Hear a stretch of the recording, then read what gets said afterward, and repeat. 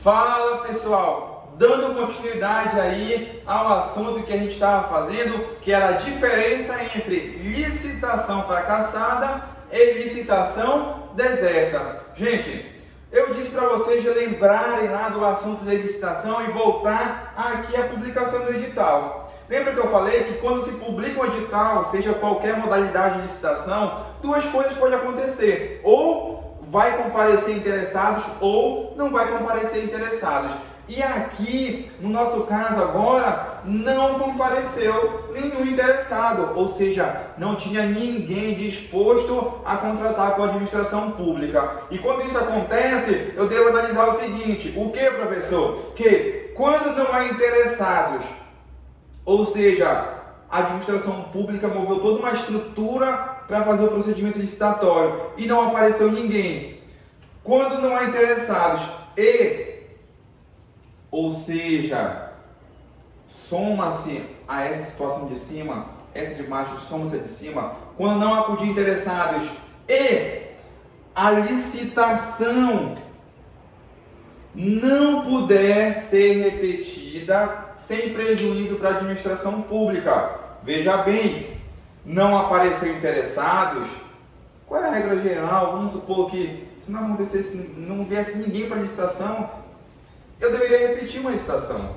Só que a gente tem que entender que a máquina pública, a estrutura da administração pública, ela tem recursos limitados, pessoas, equipamentos, então eu preciso racionar e utilizar isso de forma eficiente. Então, quando não há nenhum interessado, e se eu for repetir esse procedimento licitatório, eu vou usar toda essa estrutura novamente de equipamentos, pessoas, para quê? Para ver se vai aparecer interessados. Então veja aí que a legislação já traz uma situação em que faz com que a administração pública seja mais eficiente na utilização dos recursos. Então veja, quando não acudir interessado, ou seja, não apareceu ninguém, e a licitação não puder ser repetida sem prejuízo para a administração pública, ou seja, eu não posso agir de qualquer forma, tem que ser o seguinte: se eu repetir a licitação, vai causar prejuízo. Então é esse o critério: a licitação não puder ser repetida sem prejuízo à administração pública. Somou esses dois critérios aqui,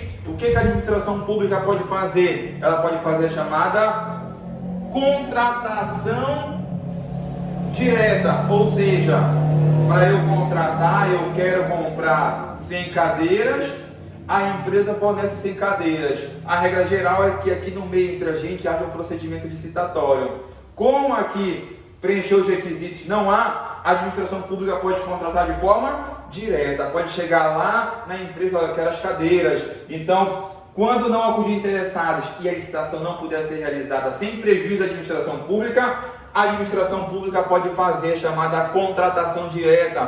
Por meio de qual instituto jurídico? Por meio da dispensa de licitação. Então veja, contrata diretamente por meio da dispensa de licitação.